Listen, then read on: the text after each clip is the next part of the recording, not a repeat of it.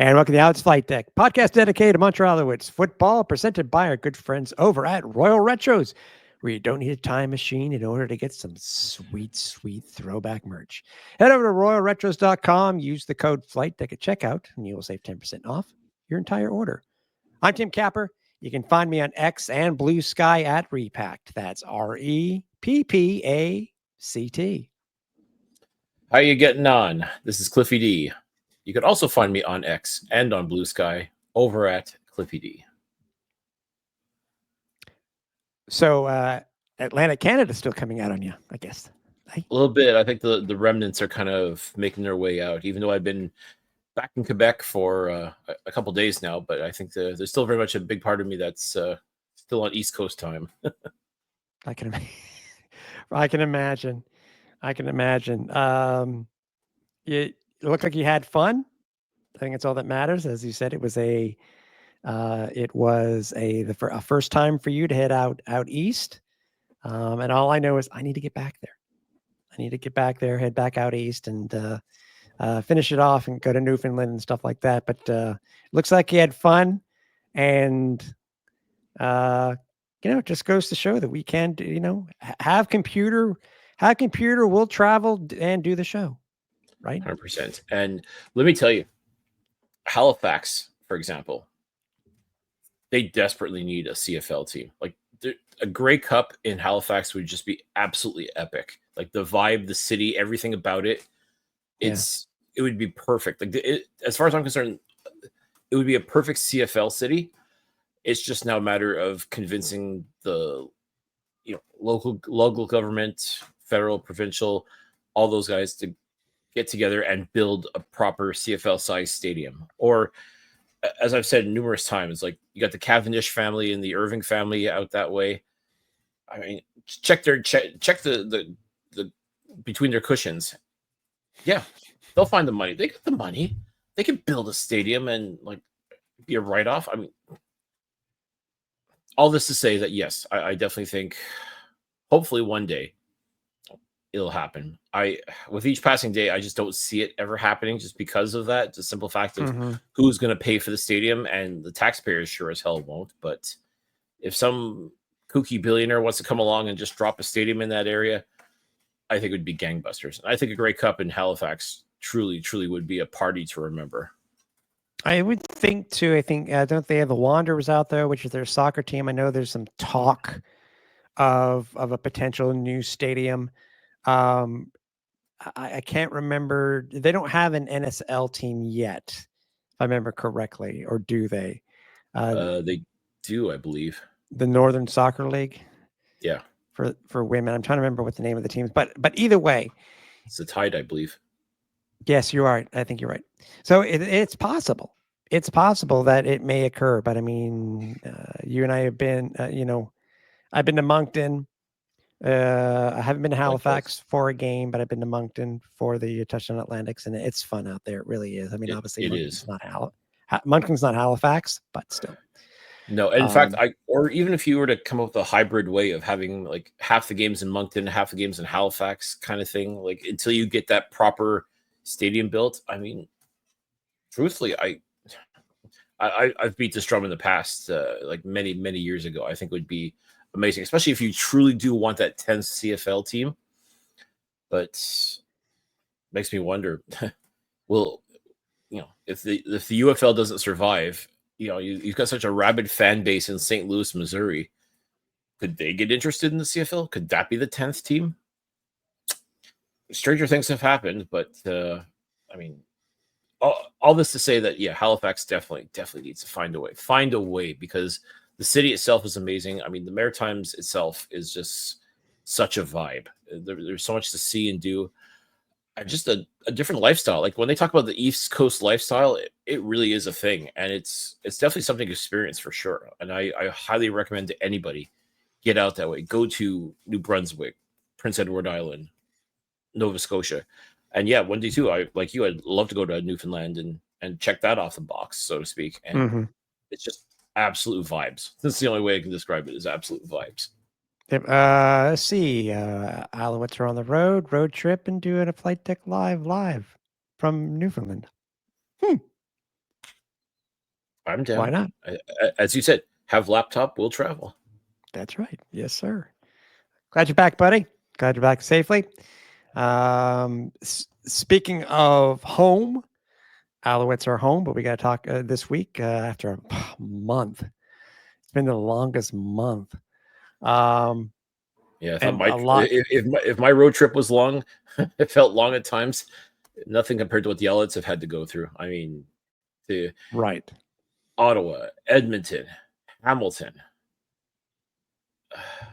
Wow. Yeah, no kidding. But the plus is that being home, we have because it's not such a weird schedule and not short days and stuff like that. We are lucky enough to be to have a guest again this week. Finally, after a couple of weeks, a player on rather, and it's an up and coming guy who I think everybody either loves to say his name or loves to see how this guy he just runs like a bowling ball. I mean, he is a running back in a fullback's body. But either way, stay tuned as we will be speaking with Travis Theis in the next couple of minutes. So stay tuned. Okay. I know we talked about it at length. The game, quote unquote, the game that the Alouettes played in Hamilton. I mean, some of them showed up to play. So, I mean, but others did not. I mean, a lot of people have pointed out, I think us included, obviously, Davis Alexander didn't play because he's still mending his hamstring. Mm-hmm. And I think it was just, I'm still more and more believing the fact that, the game, I can't say for sure if he won't, he games caused a particular issue or if MBT knew that he was going to start the entire time. But you had that.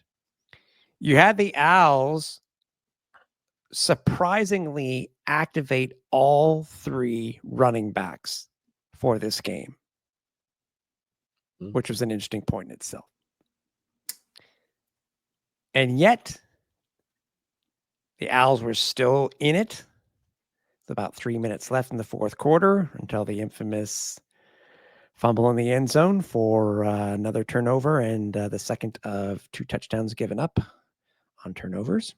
So for 14 points. Owls do lose this game. And I know we went to it in detail on Flight Deck Live, and please head back if you want to watch it.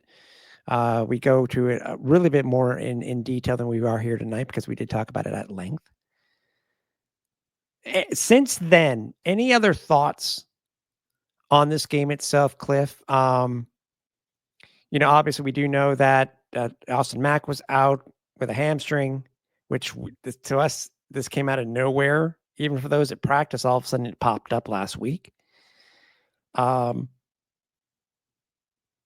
It was a team that went in there. Sure. Hamilton was coming off of a bye, hadn't won a game yet. Owls coming in undefeated, one of the best teams in the CFL when it came to almost every offensive and defensive stat there that you could think of. And yet, the Owls lose. And not just lose, they really lost. This is, again, we've said it before. The score really was not indicative of what this game was, especially in the second half. So since then, any other thoughts that came to mind other than what we talked about in Flight Deck Live? Would you consider this a trap game? The Owls have had many. They certainly have. Many come to mind. Oh, yeah. One very similar. I brought it up before. Remember the infamous trap game for Canada Day versus the Ottawa Renegades? Which, by the way, was 20 years ago. I know, but it's one of those trap games that you remember. If you've been following the Owls long enough, it's something that you remember because they were supposed to go in there. The Renegades were horrible. The Owls were one of the best teams in the CFL, and Ottawa knocked them off in overtime, if I remember correctly. I mean, they scratched and clawed their way back to get into the game, to get into overtime. But yeah, exactly. Wasn't the case this time around because it was, I'd say, dead even for the most part in the first half between both teams, which, by the way, both teams, as I said, looked so disinterested in playing. Like they were just going through the motions, something fierce. Yeah. But then Hamilton, as I said, give them credit. They woke up in the second half. Bo Levi Mitchell wanted that 100th win bad enough and to set the record in achieving that accomplishment the fastest.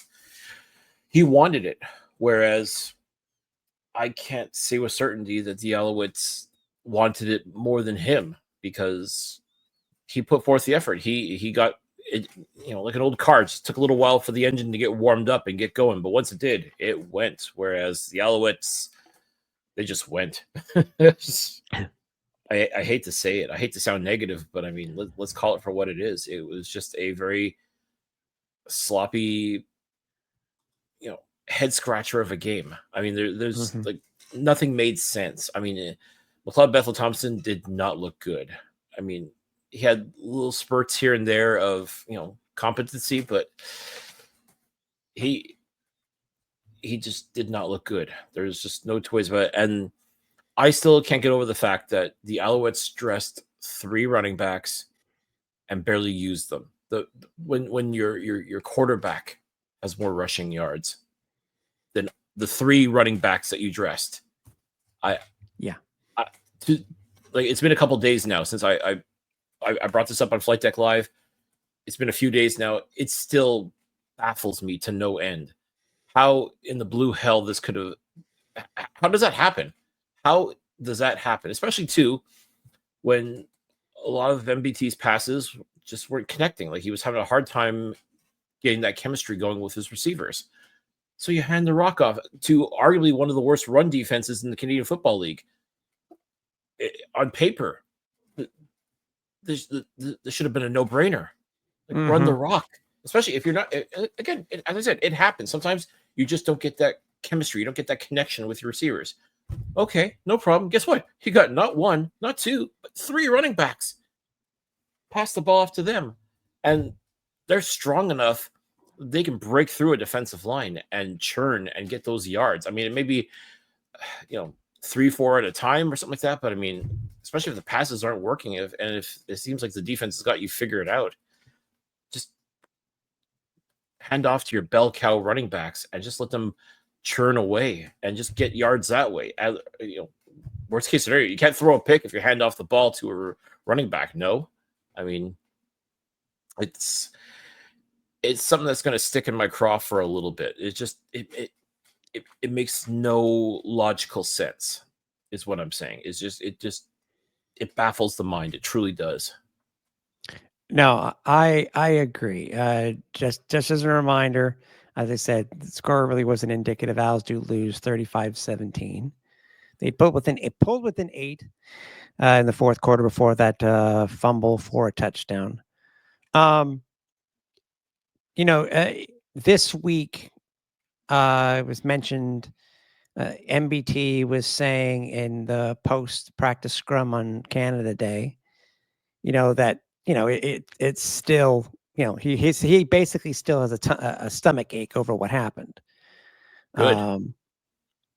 And then Coach Moss mentioned that yes, they didn't run as much as they did. Obviously, he goes, MBT can do. There are things that he needs to do to get better, and they'll look at what needs to be done. And they got away from the run because of the score was this. I'm paraphrasing, but at the point we got behind, you weren't that far behind. It's not like this is a 20-point game. You were down. You were down 1 at half. Yeah. I mean, I don't understand, and I'm on the same wavelength as you. I don't understand when it comes to you have 3 running backs. Yes, MBT was off. a lot of the big name guys that usually got the ball really did not. Or got it sparingly. I mean, again, Tyson Philpott, he had a couple of nice catches, but by and large, he was a ghost. Yep. First reception at the end of the second quarter. I mean, Charleston Rambo. First target at the end of the second quarter. Yeah. I mean, Charleston Rambo, he was trying to get a connection with him. It wasn't quite clicking. It didn't quite go as planned. I mean, damn near had a touchdown. Those two nearly had a touchdown together, but unfortunately, I think MBT just put a little bit too much mustard on that pass, and Charleston just couldn't quite hang on to it. It happens, but I mean, there's a couple of instances where MBT is trying to throw straight heaters at his receivers, and I don't think they were quite ready for it. And again, that comes down to just how much of a connection you can develop with your receiving core. Mm-hmm. And I guess in a relatively short amount of time, because even though MBT was practicing with the ones last week leading up to the game in Hamilton, there was still the will he won't he play of Davis Alexander, and I don't know if that kind of affected how McLeod Bethel-Thompson approached the game. Like, did he truly think that maybe there's a chance he wouldn't play, which to me is ridiculous. I mean, that's the mindset we keep talking about with these players, is you got to be ready when your number is called, and his number was going to be called. I mean, you got to go into every practice session and every game like you're going to be the starter. And for him to, if he didn't do that, then I'd be extremely surprised. It just came across like he wasn't completely prepared for the game. And I find it very hard to believe that a CFL veteran of many years, a Grey Cup champion that has led a team to that championship, just can't put it together like that. I mean, that's the reason why the Alouettes wouldn't acquired his services and sent Cody Fajardo packing, because Cody Fajardo could have stepped in and won that game. But we know that, that dynamic simply wasn't going to work with big play DA as the top dog and Cody as the backup. That was never going to work. But McLeod Bethel-Thompson should have been able to step up. Like, this was his opportunity to showcase and prove that he can be that reliable insurance policy. And truth be told, he did anything but. Yeah. The narrative this week, and I'm jumping ahead a little bit. I know the narrative this week has kind of changed a little bit. I think they're kind of resigned to the fact that MBT is going to most. I would say it's more than a 75% chance that he's going to start. And we'll find out.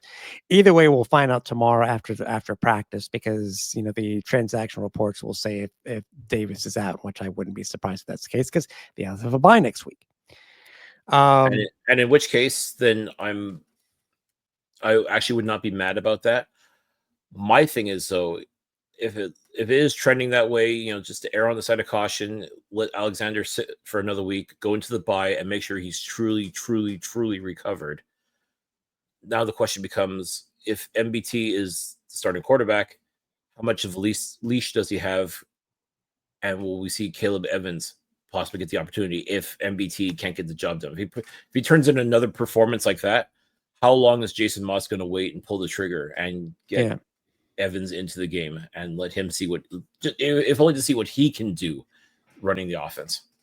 No, it's true. And again, it's it just seemed like every aspect of this game. I mean, the defense, take away those 14 points. It's a closer game that Hamilton scored off of turnovers. They held them to what they did in the first half. They did a great job there. I mean, it was just done without sacks. There was just one. I think it was Canton Arku off the top of my head. Actually, it was Marc-Antoine Dequoy. Sorry, Marc-Antoine Dequoy. That's right. Yes, Marc-Antoine Dequoy. I was thinking one of our other Quebec defensive backs. Yeah, and everything. It's just everything in general. I mean, I said it before, this team came in almost all the top stats. in the CFL. And I think what's funny, and it's not really a spoiler to this because it just goes to show this is what it is. Despite DA being out this week, he still got the Player of the Month award.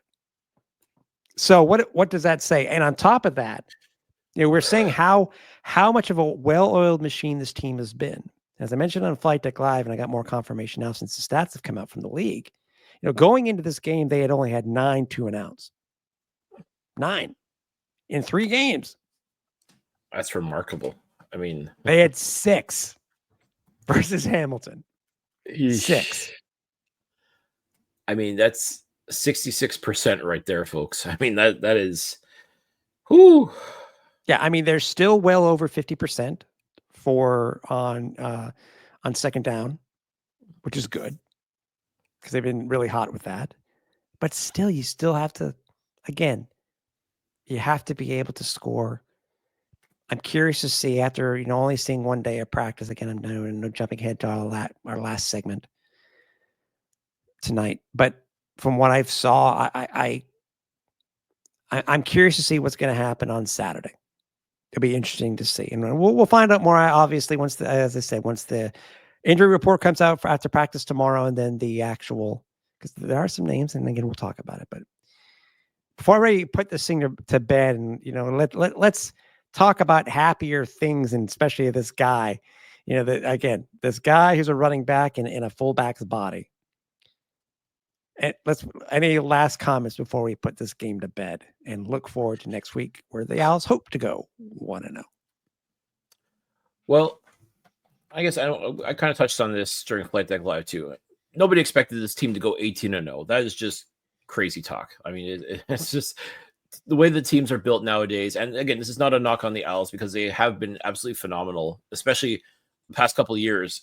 In the month of June, they've played some absolutely outstanding football. Losses are going to happen. And I don't think anyone truly, well, actually, all the experts had predicted the Alouettes were going to beat the Hamilton Tiger Cats. And that's despite no Davis Alexander, or the possibility that Davis Alexander wouldn't be playing in this game. Despite that, they still had belief that the Alouettes could get the job done. And I think most people did too.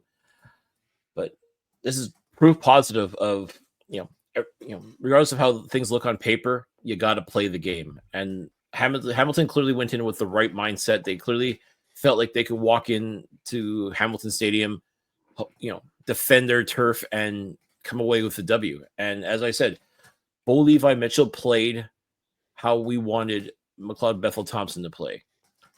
This Hamilton defense played how we expect the Montreal defense to play. It was kind of like a Freaky Friday thing where they just, switched personalities and just when you expect the Alouettes to come in and be that dominant team, they're the ones that looked like they were lost and had nothing going on. And it was a little jarring to see, but I sincerely hope that was the wake-up call. I sincerely hope that these guys realize, okay, you know what? Now the pressure's off. No one's expecting us to go undefeated, but they are expecting you to win. And this team this team is built to compete. This team is built to win. This team is built to be playing football in late November. And there's no doubt in my mind that they will be. But performances like this past Friday are not going to win you any trips to the Grey Cup playoffs or anything like that. But it's a learning lesson, right? I guess that's the best way to describe it. Now it's just a matter of they've had a chance to think about it. Now they're working now they're on to BC. They're on to the BC Lions and to be back playing in front of the hometown fans at Percival Molson Stadium. Maybe that's what it's going to take to get back on track and get things right. And hopefully McLeod Bethel Thompson realized, what not to do in a game situation as a member of the Montreal Alouettes and will be better. Hopefully this coaching staff realizes that you've got 3 stud running backs on this team. Give them a rock more than a couple of times here and there because they have the opportunity to do great things as well. I mean, whether it's Sean Thomas Erlington, Travis Theis, or Stevie Scott III, those are guys that can take the rock and run. So give it to them. Feed them. Feed your running backs. Yeah. And just, like this defense has looked so dominant week in and week out. But obviously the proof's in the pudding.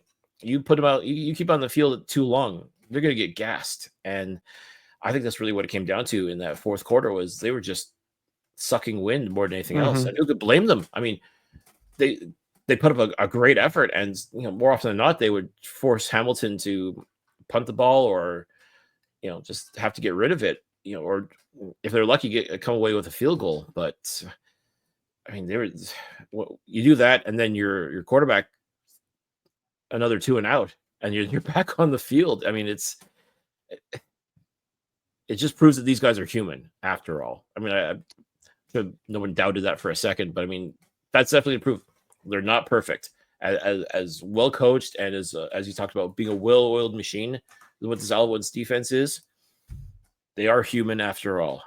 And just like this offense, I hope they take those lessons as well and just keep making plays happen and keep being dominant and just get off the field as much as possible, because you want to dominate, you want to establish yourselves, but at the same time, spending too much time on defense on the field, it does wear on you. So you're saying we got Lindsay Lohan instead of Jamie Lee Curtis? Or is it the other way around? No, we got Jamie Lee Curtis instead of Lindsay Lohan.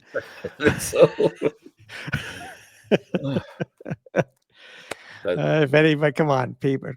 Yes, we were going to have to make a reference, because I couldn't make a reference for the very first Freaky Friday because I don't know if anybody remember who those actresses were. So it is what it is. It is what it is, and I guess the Freaky Thursday. It is what it is, and as I said, no, on to BC and start a new winning streak at home. I'm all for that.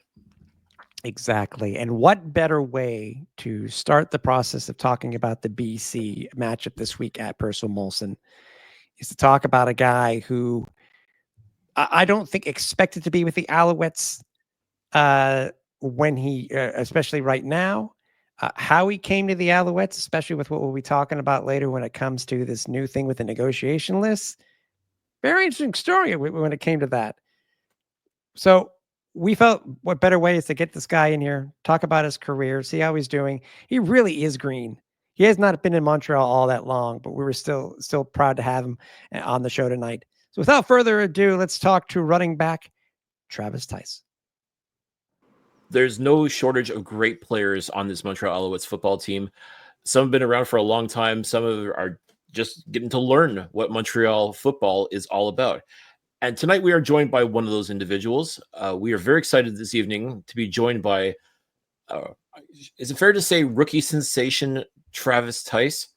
Travis, welcome to the Alouettes Flight Deck. We're excited to have you on tonight. Seems a little steep, but thanks, man. Appreciate you guys. Well, listen, you come on like a house of fire, my man. I mean, I think back to the preseason game in Ottawa. I mean, you just tore the house down as far as I'm concerned. I mean, I think that game, not just your capabilities as a running back, but also your specials and everything that you did. I mean, at that point, like, there is no way in hell this guy does not make this team. Yeah, I mean, I just took advantage of every opportunity I had. I felt like took it for the situation that it was and did my best. So it was a fun time. I mean, I will, man. I'm looking at this here. I mean, I had forgotten, Travis, that they had signed you basically mid-May, and you came into camp late, and it's still you obviously you have made quite an impression not only on the coaching staff, but I think so far on the fans here in Montreal. I do know that there is an interesting story, and we have to hear about this. That prior to the Alouettes, you actually were on a neg list, a negotiation list, but it wasn't for the Alouettes, was it? Supposedly, it was for the Ottawa Red Blacks. Can you give us a little bit of any details on that process, and then how you ended up coming here to Montreal?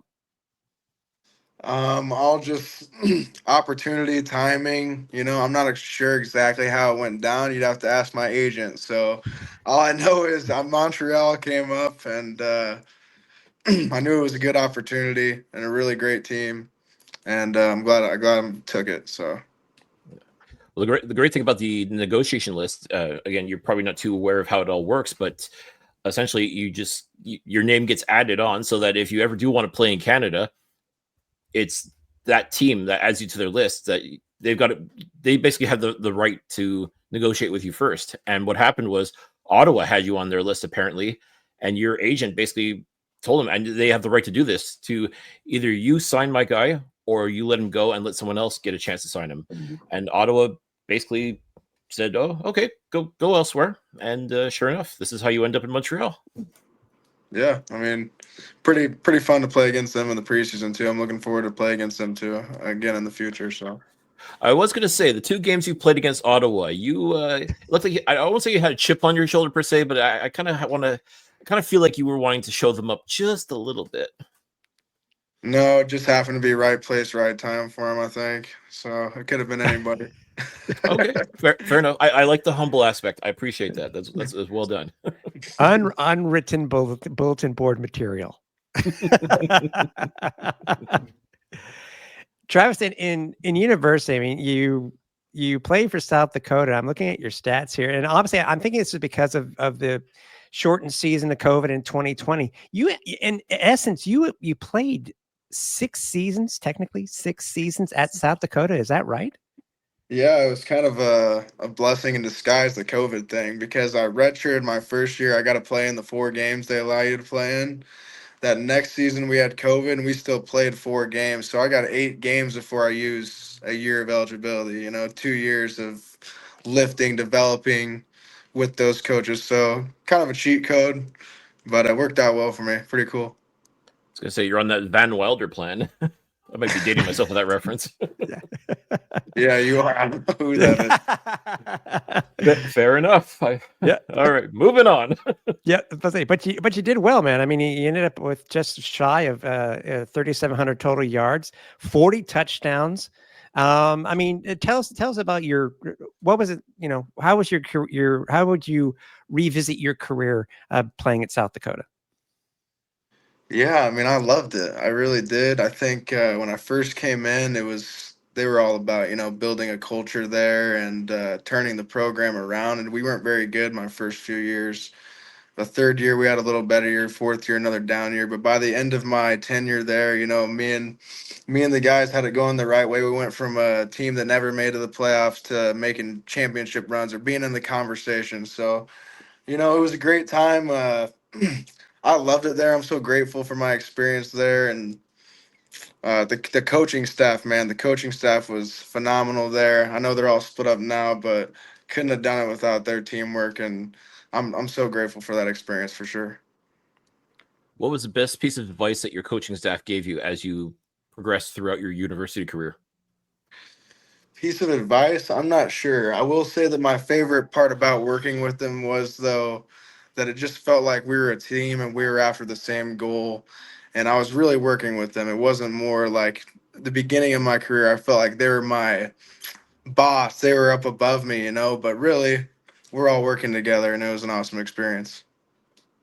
See, that's it. It's all about the greater good. And that's the thing. You're all working together towards the greater good, which anyone should be aspiring to that as well. Sure.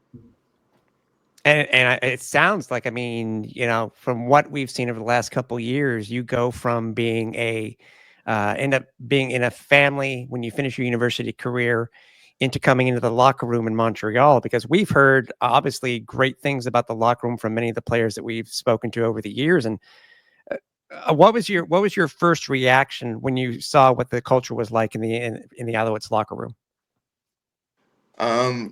My first reaction was I love football because I love getting to be in this environment, this environment with 45, 55 other dudes and a set of coaches that have a common goal and that love to be there too. There's nothing better than a locker room full of guys that are wanting the same thing. So that's exactly what I thought was, man, I'm so blessed. I love football. I get to do this, hang out with these guys every single day. So it really is such a blessing to be able to be a professional football player and to play in the Canadian Football League, especially for the Alouettes. So it's awesome.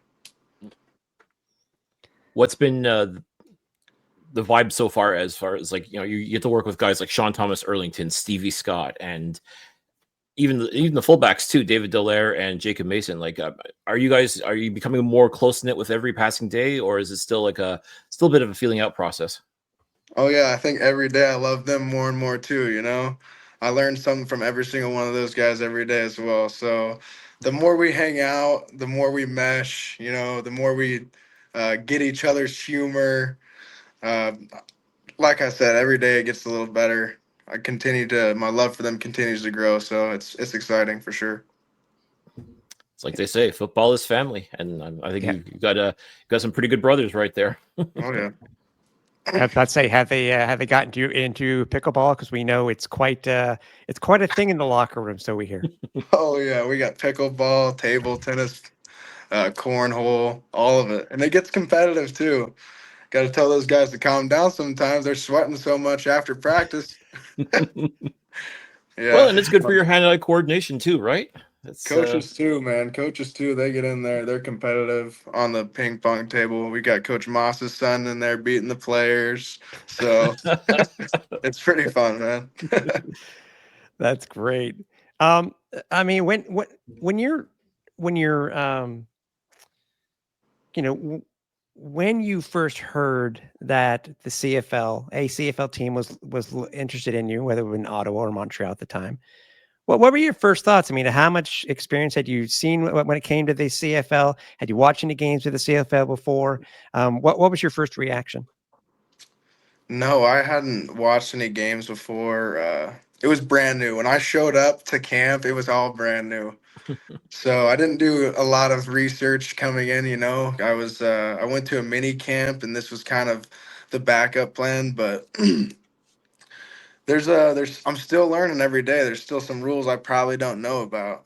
And I learned special teams meetings the most probably, but like I said, different game, but it suits my skill set well, I think. So definitely. What's the one rule or nuance like in the Canadian game that you like the most right now? Like, I know you're still learning, but is there any one sort of little thing about the Canadian game that, like, oh, I really like that? I like the halo you get for catching punts, you know? It's way less feels less dangerous. Yeah. Yeah, a little less wear and tear on the body. That's always a good thing. Yeah, you can calmly catch the punt. But then you know, one of the ones I was so surprised about is all the kicking in the game. Just being able to kick the ball and recover it if you're onside, things like that, which is pretty cool. So I was about to say, Cliff, we need to show Travis some of the unique plays of the CFL next time we see him, especially some of the stuff that Coach Moss has pulled out of the rule book over the past couple of years. Like Travis, there is actually what is essentially an onside punt, where if you get the ball, if you catch the ball behind the line of scrimmage, you punt it forward by a single yard as long as it goes past the line to gain. It's a first down, no matter what down, no matter how many yards you have to get. yeah, I have seen clips of that. That was pretty mind blowing when I found that out. I can imagine. Like, and again, even for us too, like in the stands, like there's been times where, like, the very first time we'd seen it, it's like, wait, what? And Yeah. oh my gosh! And then to find out that Coach Moss has been wanting to do that for a long time, and finally had the opportunity to do it, it was just absolutely beautiful. I mean, and as one of those tricks that anybody could do it, any team could do it, but somehow it just seems to be a Montreal thing. Like, everybody's waiting for Montreal to do it, and then sure enough, there it is. Well executed. I said, as we mentioned before earlier, that you were signed late coming into camp, but obviously we know where you are now, being on the active roster. Tell us about your initial training camp experience in St. Jerome, because obviously St. Jerome is a lot different than the city of Montreal. Yeah, no car. I mean, still have no car, but it's easy to get around. Stressful in the beginning for sure, but pretty easy after the first few days. So many guys going through the same thing, you know. So it was a lot of adapting, a lot of learning, but with the support of my teammates and the staff, it was pretty easy. I was going to say, yeah, you seem to pick up things pretty well. I mean, as I said, that preseason game in Ottawa, I mean, you just blew the doors off everybody as far as I'm concerned. And, ever since then, like, every time you stepped onto the field, like, it looks like you're just ready to bowl people over, which is absolutely fantastic to see. I'll do my best out there.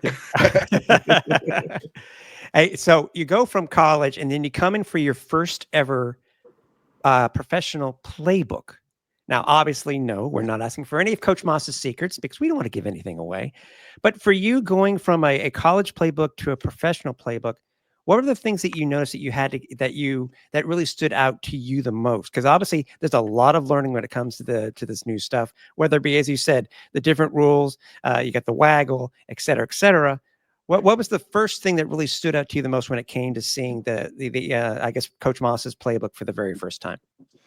So our college playbook was pretty complex. Our coaches like to say it was NFL styled, pro styled. So there were some long play calls, but Coach Moss's playbook just still there's a little bit of difference in processing it.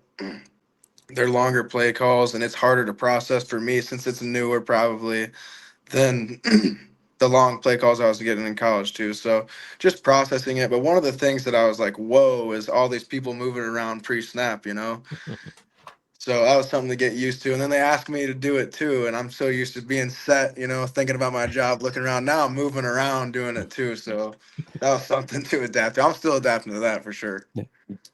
Are you liking it, or would you rather be stationary? Depends on the situation. I think I do like it. I think it's an advantage. It's hard to tell what you're doing back there sometimes too. So it's cool. That's it. Keep them guessing. Yep. Yeah, we've heard the many of the players that we've come in that have really experienced the CFL game for the very first time. They talk about how unique the waggle is, and as I said, as you were just saying there, Travis, like you get that extra bit of yardage and its speed before even the ball is snapped, and it's legal. So Yeah. that's that's one of the things that they love the most about the CFL game itself. But let's real quickly too, we can talk about. You have, I think you've been anywhere from I think first to third so far in the depth chart coming up on the games that we've played so far this year.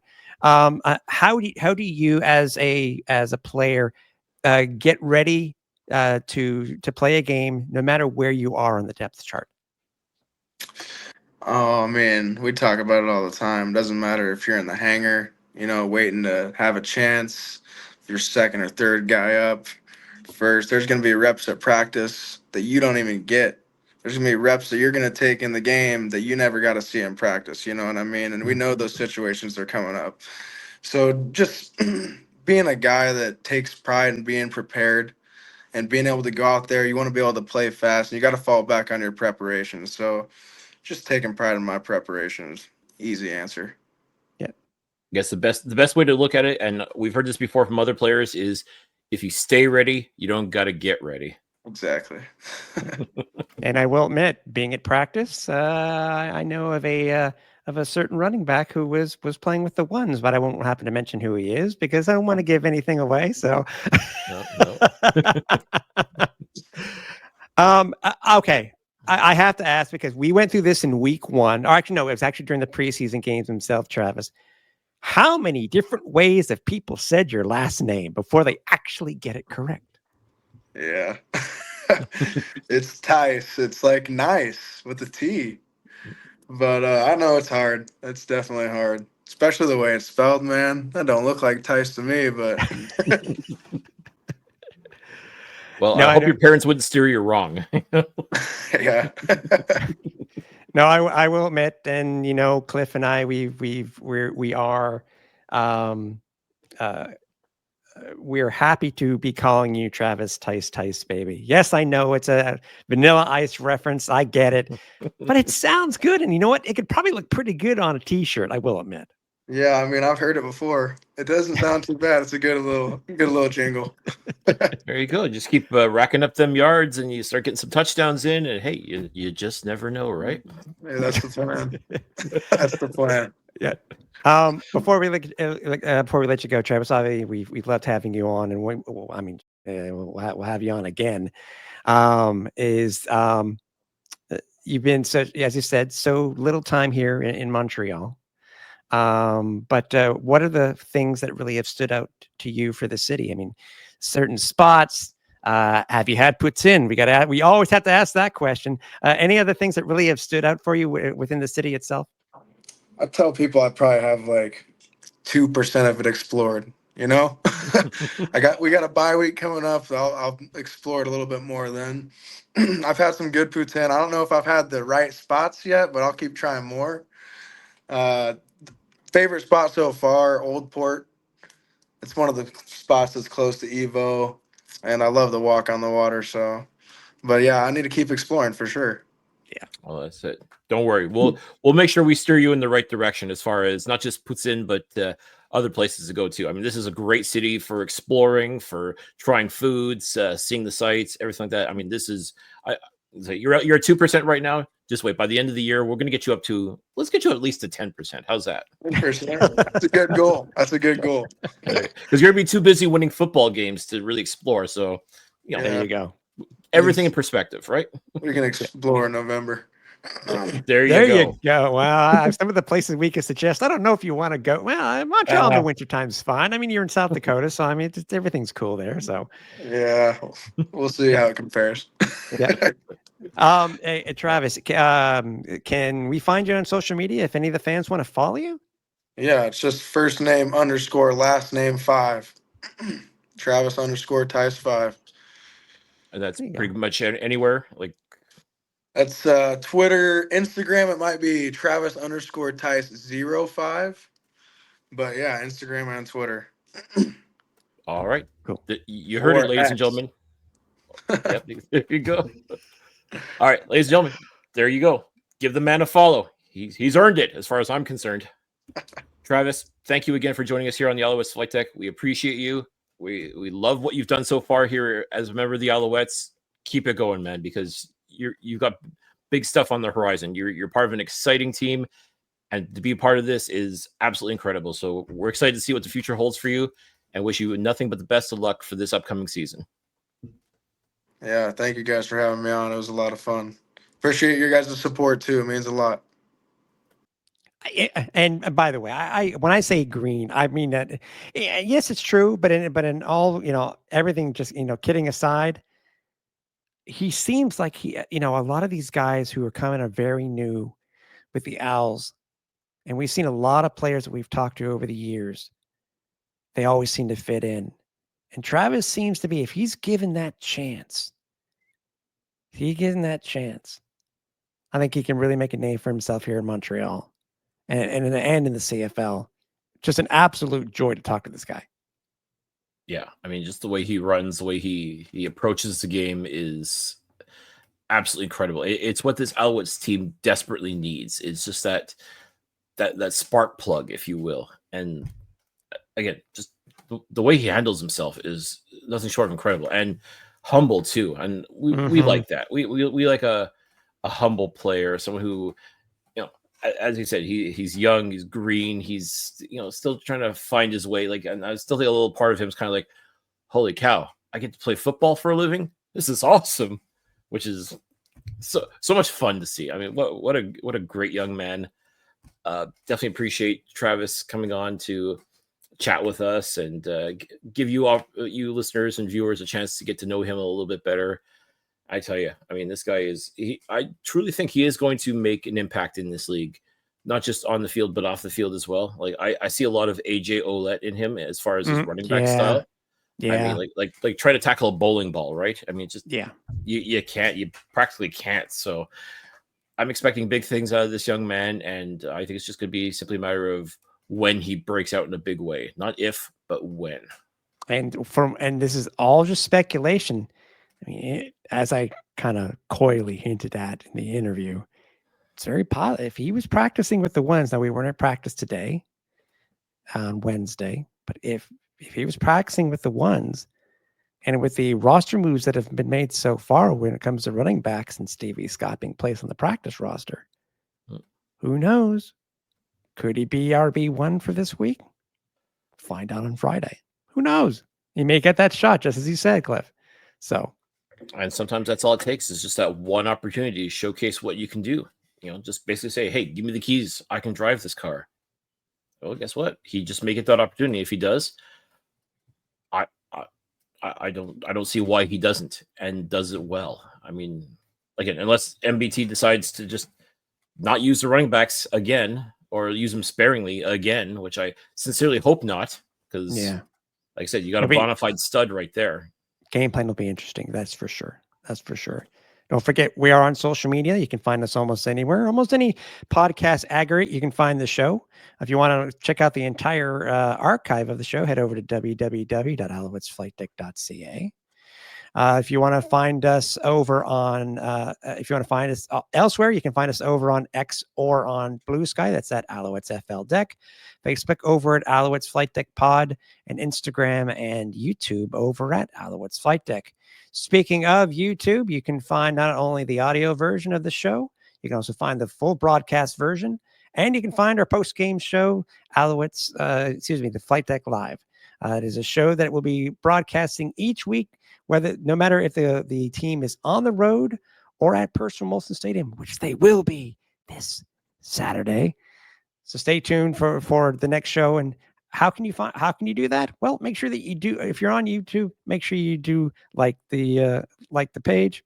Make sure you do check your bell to see when we do go live. And anytime we happen to do go live, whether it be an episode of the podcast live or of Flight Deck Live itself. If you're looking to rep the merch, hey, you can head over to flightdeckgear.ca.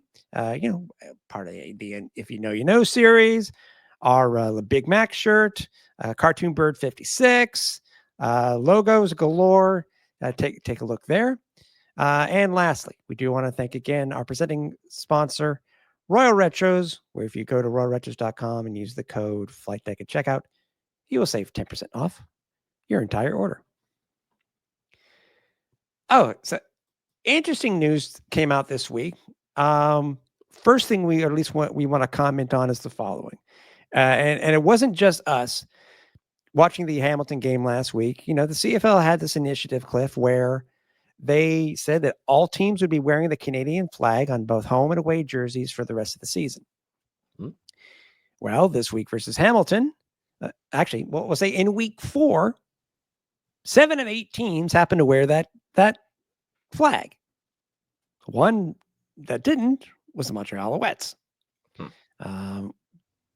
Did happen to tweet at the Owls and the communications department over there to see if we can get just an idea. We also did send off a couple of emails from our official email account, and just try to find out. And it wasn't just us that noticed. It was also, the thousands of people who did actually comment and or like the original tweet that came from my X account. We did find out that the Owls will be wearing the patch, the Canada flag patch, this week at home versus BC. So that coincided from what we found out at practice on Tuesday. We were told this directly from the communications department that was going to be happening. I was glad that we were able to get an answer for that. But what I was curious to know about, and we haven't really been able to get any farther than just the question itself, Cliff, is a matter of when it comes to this type of thing, because I know 3 Down was reporting something, a logistics issue or something like that, was the official word that they were given. Mm-hmm. My thought is this: when it comes to any league initiatives, whether it be pro Canada or other, do teams have the option to opt out of a league-wide initiative? Now, we're not going to really go much into the detail because they all we can really do is speculate, and we get some other cooler stuff to talk about. But I'm curious to know your thought, Cliff, on my musing there. Knowing that is there the possibility of any one of the 9 franchises in the CFL opting out of a league-wide initiative for whatever reason? Well, I guess that's it. What's the reason? Like, why wouldn't you want to partake in this? Like, what would be the ultimate end game if you decide, you know what? No, we don't want to put little Canadian flag patches on our uniforms, even though all the other teams are doing it. I mean, it's on your helmet. And it's on your helmet. Yeah. Like you and again, the Alouettes also, in addition to having the Canadian flag sticker on their helmet, they also have a Quebec flag sticker. So as far as, you want to talk about like nationalist pride or provincial pride or anything like that, that's great. I mean, I think every team should do that, quite frankly. But to not have it on the uniform, especially when everybody else is having it on theirs, and I if it truly was a logistical issue, as what's being reported, okay, that could happen, but it just seems odd that the other road teams were able to get their patches and put them on the uniforms before their games. Yet Montreal, who is playing in Hamilton, which is not far from the league office in Toronto, are you telling me that you couldn't have someone run down to Hamilton Stadium with some, even if it was to be done on a temporary basis? I mean, maybe asking the equipment manager to sew 45 flags in the span of 24 hours might be an ambitious endeavor, to say the least. I don't know. I mean, surely there would have had to have been some way to do it. And for whatever reason, it didn't happen. And my thought is it's the optics more than anything else. Because what's the first thing people seem to think about when it comes to Montreal Alouettes? They're from Quebec.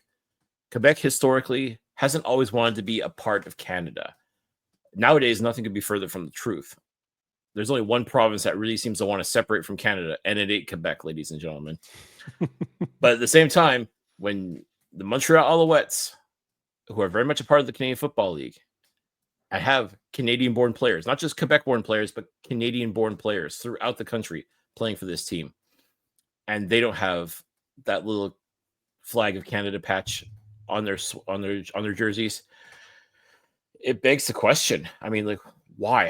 How does that happen? And of all the teams to not have it on, it's the Montreal Alouettes. I mean, just the optics more than anything else.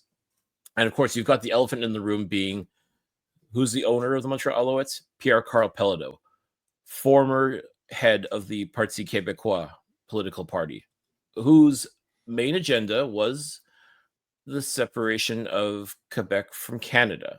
So most people are automatically going to put those things together, and I don't blame them.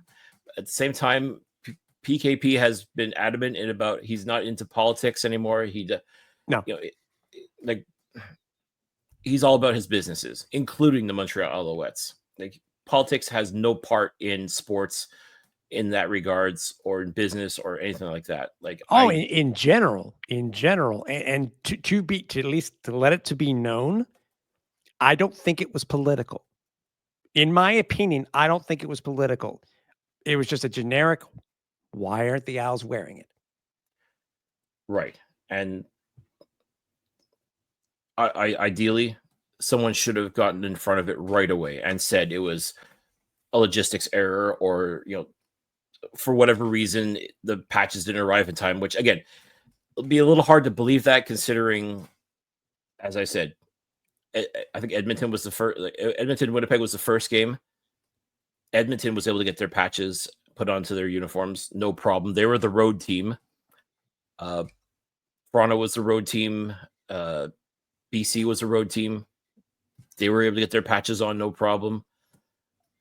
When you got one team that's not participating for whatever reason, I mean, it just, people are going to ask questions. And, like, is that really do you really want that kind of smoke? I mean, realistically, if you're in a professional organization with a league that has an endeavor like this, and do you want to really be that odd man out, so to speak? I don't think I'd want to do that. So, I mean, but again, right. You still have to get in front of it, though. You still have to say something and just say, you know what, we screwed up. Something happened. We couldn't get the patches on in time. Please don't read anything. Don't read more into it than what it is. It just, sometimes things happen. And if that truly was the case, you should have no problem saying so. The fact that there was radio silence on the matter, that's where, and again, people are going to assume the worst. And I think that was the big problem, is that people will automatically assume the worst, especially a team from Quebec not participating in something, especially on Canada Day weekend too. Like, especially when you talk about unity and pride and everything. And again, with all the political things that have been happening this year alone, I feel like the province of Quebec has become more strongly Canadian in its thinking and how they carry themselves, is being more, not so much Quebecers. I mean, they're still very proud Quebecers, but at the same time, they're now even more proud Canadians. And for the Alouettes to not have that and to say nothing about it, like I said, people will think the worst and say the worst, and that's why it frustrated me. As I said, we sent just asked for comment from our official Flightdeck account email. First at the same night that the game occurred, and then 4 days later. It shouldn't have had to taken until practice on Tuesday for something to be said. Whether I understand 3 down was told this, and we were told, as we mentioned on socials, we were told on Monday at practice after asking the question again. That's all we needed was just an answer. That's all. I would have been happy with just that, and the information could have been put out there. Whether it was 3 down putting it out, us putting it out there, I just wish we had received an answer. Even if it was, we'll get back to you, because as I said, we weren't there to cause drama. It was just a generic question, and people were asking it also. So we'll just, again, either way, team's wearing it this week, and it may be just a blip on the radar, and we'll just, as I said, we'll just go from there. So hopefully that's all it was. It's just a slight oversight, and going forward, they'll be, along with everybody else in this initiative, because I think it's a great initiative without question. I mean, you should definitely celebrate the Canadian part of the Canadian Football League. Just like I said, hopefully all it was just a really bad oversight, and I guess an opportunity to learn from it. So here's hoping that's what the case is. That's what this is. Speaking of something also new, over the past couple of years, the league has been, I guess, teasing all teams in the CFL's negotiation list by teams releasing 10 players that were on their list. Well, out of surprise today, the CFL and all 9 teams released every single player that was on their negotiation list. And considering, did I read the story that the negotiation lists have been around since the 1950s? Is that what they said in the press release? I believe so, yeah. And just now, I'm curious to know the thought process on why it took them so long and why they're doing this now. Is it something that was agreed upon in the CBA? Was it, again, because these are guys who aren't, they're not signed players. They could be Canadian, they could be American, they could be whatever. And up to 45 people on this list, and it can change constantly. Mm-hmm. And then they go ahead and they released every team's lists. Great. I love that idea, because it allows us to say, what if? What if some of these big names, Chase Claypool does go to, who was it? Was it Saskatchewan? Saskatchewan. What if? It may not have never happened. Could be, as it's putting somebody on the neg list, Cliff, and I see if you agree with this. Putting somebody on the neg list is kind of similar to buying. It's kind of choosing a player as a futures pick in the Canadian draft. You don't know. You own their rights, but it doesn't mean that they're going to sign. And as we mentioned also too, think about with Travis Theis. He was on the Red Blacks neg list. Yeah, and he wanted to play football. He wanted to come up to Canada and play football. He wanted to pursue his dream. Ottawa has rights. For whatever reason, it just didn't pan out, and basically his agent forced their hand. Said, okay, well, either you sign him or you let him go so someone else can sign him, because he wants to play. And apparently that is one of the rules too, folks, is that you cannot just poach. Well, you can't hoard. You can't hoard a player. You can't just lock him up and like no, we don't want to sign him, but we don't want you to sign him either. It doesn't work that way. Like if you can't come to an agreement with a negless player, or you don't want to, then you gotta let him go. And I'll admit, the league doing this, pulling back the curtain, us being able to see the wizard, is cool. This is something I don't think any of us ever expected. Sure, we may not recognize a lot of these names unless you are really into, and which I know you are, Cliff. And there's a lot of these guys when it comes to NCAA football. Mm-hmm. We know some of the names and stuff like that. It's a great, again, talking about great initiatives. This is a great idea. And it's currently on the CFL website with its own tab where it would be updated. It's so new, because we're going to talk about this. It's so new that there's still a player on the Alouettes list that was already, which was just recently announced as being signed yesterday. So it was almost like, okay, we've got this list, and we'll let everybody know about it, but already it needs to be updated, which is hilarious to think about. But it's already obsolete.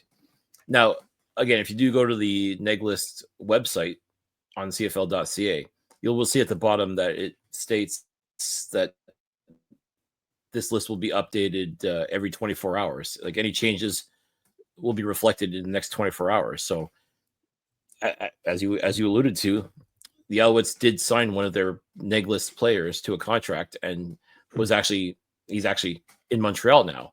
So you got to take his name. That means a spot's freed up. Like in theory, Danny Machocha can go and add someone else to the neg list if they're not already on someone else's neg list. So I mention who it is, by the way, since we will talk about, but mention who that name is. Yeah, well, we should probably see those updates soon, I would imagine. If they're saying every 24 hours, great. So curious to see how that's going to work out.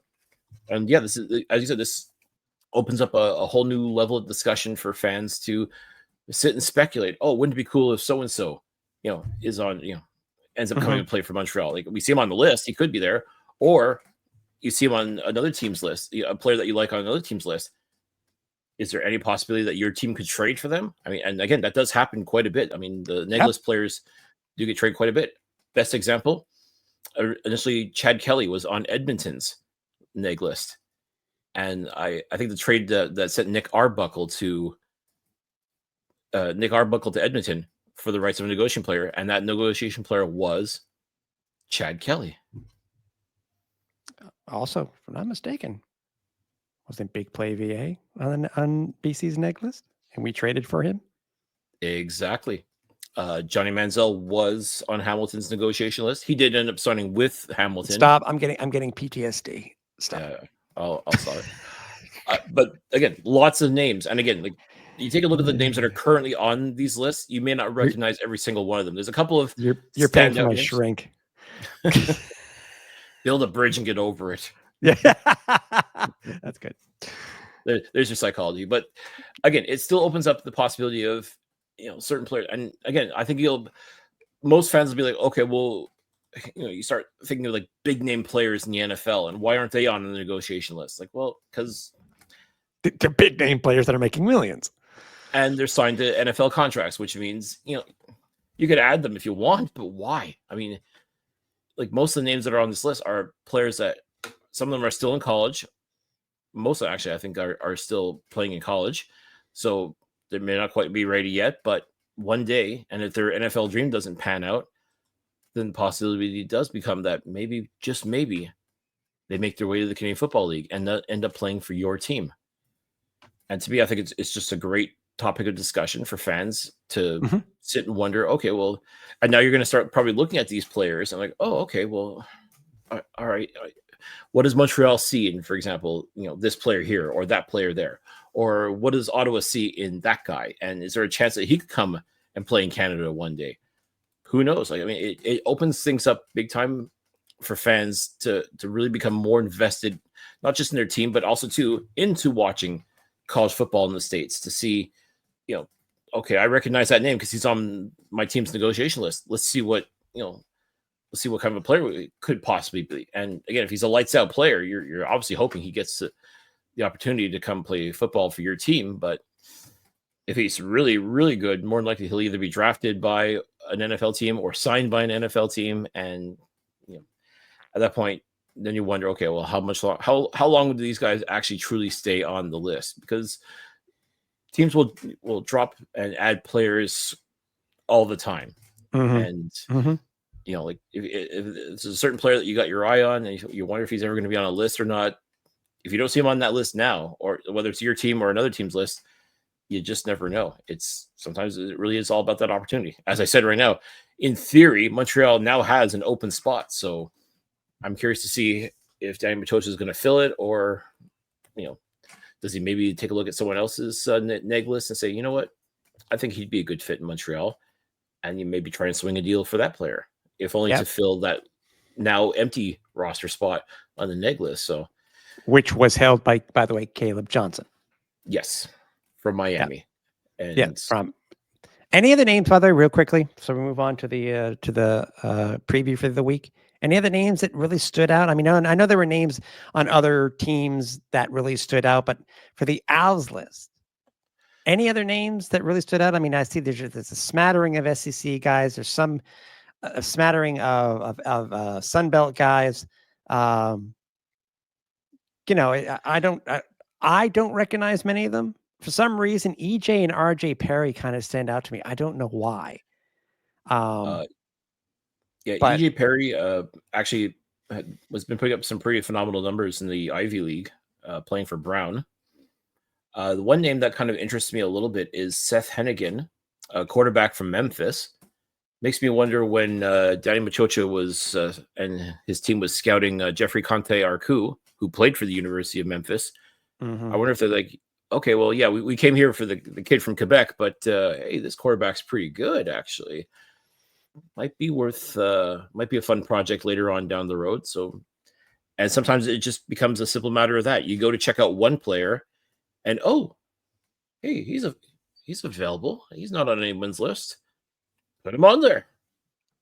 So, I mean, could we one day see a Seth Hennigan playing quarterback for the Montreal Alouettes? Maybe. I mean, he's got as good a chance as anybody on this neg list to make his way up to Montreal one day.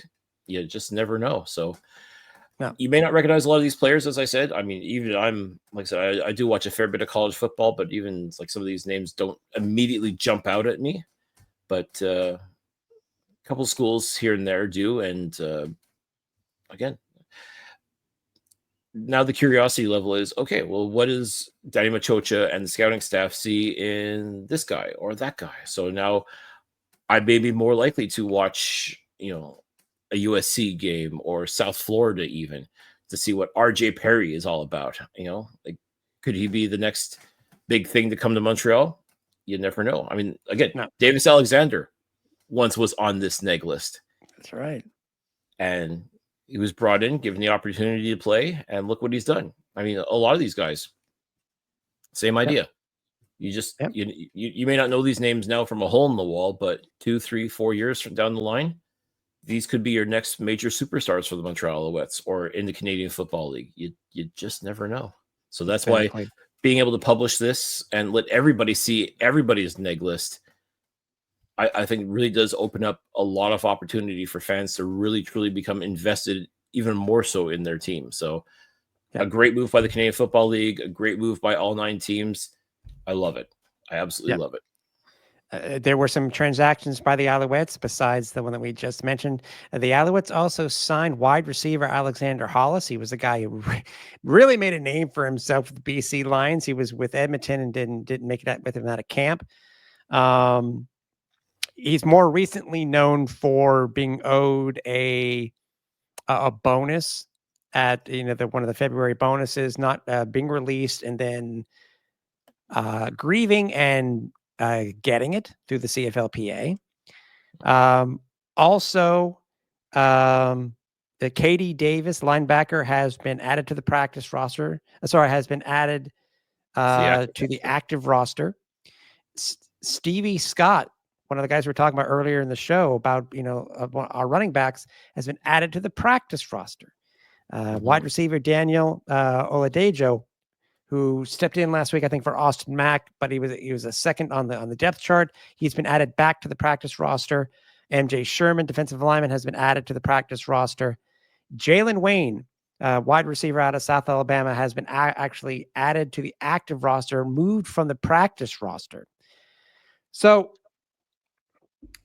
again, once the injury lists are finalized tomorrow, see who's out, and then obviously the next big thing will be the depth charts that for this game will come out on Friday. It's going to be very interesting to see, because if you go to the injury reports themselves, Cliff, again, we've been talking about some of these guys that some of them have popped up recently that we're very surprised. Like actually recently, as of today, as we're taping, defensive back Lorenzo Burns was limited today with a shoulder issue. Cole Speaker with a quadricep, but he was back at full practice today. Austin Mack still not practicing because of a hammy. Same thing with Davis Alexander, but Davis is actually listed as limited. So it makes me wonder if there's a difference between Austin's injury and then Davis's. Dylan Wynn still did not practicing because of foot. Nick Callender limited, which is actually positive to hear about. Deontay Ruffin full, and same thing with Joshua Archibald. But we may finally be able to see his debut with the Alouettes, but we'll find out once everything comes on Friday. As we talked about, former BC Lion possibly making his debut against his former team. Yeah. I mean, that's a very intriguing storyline in and of itself. And also, too, we've seen what he's been able to accomplish as a member of the BC Lions. And even in camp, too, he was looking extremely solid. So, I mean, if this coming Saturday is going to be the debut of Joshua Archibald, be excited, ladies and gentlemen. This guy is going to bring the goods and help make this already dangerous defensive line even more dangerous. Oh yeah, for sure. Speaking of the game itself, the Alouettes are currently, even with Davis Alexander currently on the mend, Alouettes are still favored by 3.5 points. So they're giving their home field 3 points. So it's basically half a point, but still. You got to admit, though, Cliff, with all the things that we're seeing, most likely with MBT starting, our newest wide receiver probably won't be playing this week. Mac will not be playing this week. As we said at the beginning of the show, it's just all about what the game plan is going to be for this one. And it looks like something's going to be done, because obviously the Owls have pulled they pulled Stevie Scott off the active roster. There'll be some slight modifications to what the actual roster is going to look like. So it looks like they're and into the game too. We don't know who's going to be quarterback for the BC Lions, do we? No, man. Jeremiah Masoli last week against Saskatchewan looked a lot like what MBT looked like for the Montreal Alouettes. Not great. And again, this also speaks to just how powerful a team the Saskatchewan Roughriders are, and definitely you got to give them their due. I mean, I'd argue that they're neck and neck with the Montreal Alouettes as far as like the top teams in the entire Canadian Football League. Right. And they had a field day against the BC Lions. I mean, Jeremiah Masoli did not look good. And, now with him possibly being hurt, Nathan Rourke still being limited in practice as well, kind of makes you wonder, does this mean they actually go with Chase Bryce as their starting quarterback? I mean, right now he's the only quarterback who's healthy that can ideally go. Or does Masoli and or Rourke cut it out, or at least dress as backups to Chase Bryce? I don't know. It's going to be tough sledding for the BC Lions, and you could tell that they've been trying really hard. I mean, after that, after their home opener against Edmonton, and I guess maybe just say like anybody could look good against Edmonton. I hate to put it that way, but since then, BC, they lost back-to-back games against the Winnipeg Blue Bombers. Again, another team whose demise I think has been greatly exaggerated. I mean, they're back to looking like a top-tier team again. I don't know what to make of this BC Lions team, to tell you the truth. I mean, and typically BC has played very well in Montreal over the past couple of years. Won 3 of the last 5. There you go. And that's with different quarterbacks too. Nathan Rourke, Vernon Adams. I mean, they don't have the same bad luck that Montreal does when they go to BC Place. I think, and again, same idea, right? I mean, the westernmost team has to travel 3 time zones to play a football game. Doesn't bother them in the least. But yeah, not as much. With things the way they are right now in BC, it's going to be tough sledding, even if, again, hopefully McLeod Bethel Thompson, if he does end up truly getting the start, he gets his act together and gets it figured out. Now he's had maybe a second week working with the ones and working with the receivers and developing that chemistry so they can trust him and he can trust them. Get this run game going as well. I mean, there's a lot of possibilities here for the Montreal Alouettes to, right themselves after that unfortunate loss against the Hamilton Tiger Cats. But you just got to put the work in and you got to show up on game day. And I think that loss last Friday, hopefully was the wake up call that they needed to get themselves back on track. And for the BC Lions, they got to get their act together as well. Regardless of who the quarterback is, they got to find ways to win these games against top tier opponents. I mean, wasn't that the knock against the Alouettes for the longest time in 2023 when they won the Grey Cup? Was you're good against the middle to lower teams, but against the top tier teams, can't get the job done, or at least not until the very end of the season. Kind of the same thing here with BC. I mean, yeah, they looked good against Edmonton, but they were in tough against Winnipeg and Saskatchewan. And now you got to fly all the way to Montreal and play a no doubt pissed off Montreal Alouettes team, an embarrassed team for the performance they put in last Friday. All I can say is good luck. It'll be interesting to see. And you were talking about, the Alouettes really did have BC's number up until the last 10 years. BC is actually 7-3 over the last 10 in Montreal. And so Montreal's been a very solid team. I'd say arguably in the 2020s even. Yeah.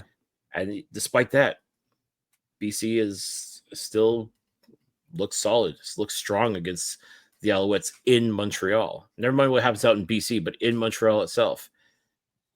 And again, for them, as I said, the having to fly across the country and play a game in short order doesn't affect them the same way it seems to affect Montreal Alouettes. So I don't think Montreal is taking the Lions lightly by any stretch of the imagination. And I'm pretty sure also BC is not walking in thinking, oh, we got this. I mean, history's on our side. We got this.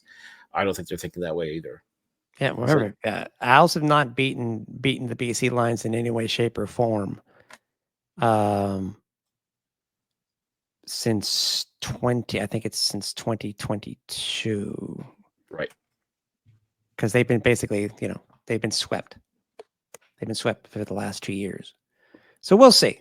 We'll see. And either way, it's going to be great to be back at Percival Molson. The game is on Saturday at 7 p.m. The game will be broadcast on TSN, CTV, RDS. Is this game?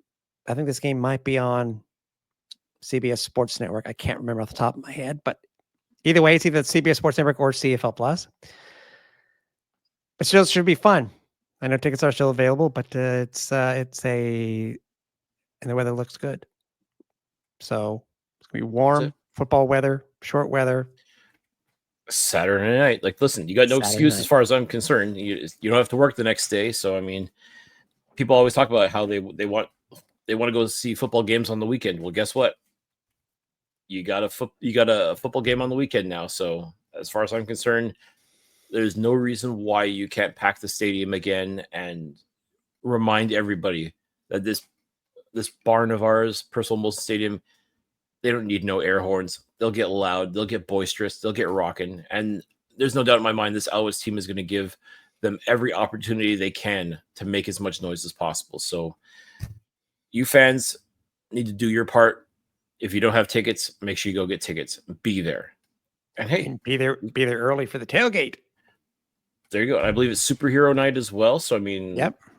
that'll be fun as well. Oh, So, MBT will feel right in. I mean, he's played Superman already twice this year. I was gonna say, like, just able to leap tall defenders with a single bound. I mean, There that's you go. listen, That's right. Are we? And listen, what better opportunity for everybody loves a good superhero redemption story, right? What better opportunity for MBT to right himself and win the hearts of Alouettes Nation by going out there and playing the game of his life against the BC Lions? Exactly. Stay tuned for all of our socials for any information that may come across the wire. Also, stay tuned for our announcement for the next Flight Deck Live. It will be post game on Saturday following the BC Lions Alouettes matchup. So stay tuned for that time. The game starts at 7. So give or take 10:45, 11 o'clock when we will be going live. But stay tuned to all information. But again, we want to thank all of you guys for joining us. Again, thanks for Travis Theis for joining us here on the Flight Deck. Great talking to this kid. And Cliff, I'm looking forward to seeing it at the stadium this weekend, because it's finally time to get back to Percival Molson to see honest to God football at home. Absolutely. I mean, it's fine watching football on TV and all that. And again, being able to watch it on the Maritimes too, which, by the way, even though it's 7:30 start Eastern, that means it's 8:30 Atlantic. And that was a little weird because, when you're playing out your day with activities and sightseeing and all that stuff in Halifax, it's like, oh yeah, there's still a game to watch tonight. Like literally tonight, not this evening, but tonight. And but again, so props to anyone who's out east, that stays up and watch their team play, whether it's the Alouettes or any other team in the CFL. If you're based in the Maritimes and you're supporting your team, good on you for staying up to do so. Because I found it a little weird myself, and it was only a 1 hour difference. I can only imagine if, God forbid, you're a fan of the team and they're playing out in BC. Ooh, that's a man. You better brew a pot of coffee, because that's going to be a long night. Or if you add an extra 30 minutes to the time zone in Newfoundland. Oh gosh, Lord Thundering, Lord Thundering. Yes. So we appreciate everybody who joined us for this week, and we'll either talk to you guys on Flight Deck Live on Saturday, or we'll see you next week on the show. So for everybody here at the Alouettes Flight Deck, for Cliffy D, I'm Tim Capper. We're on Final Approach.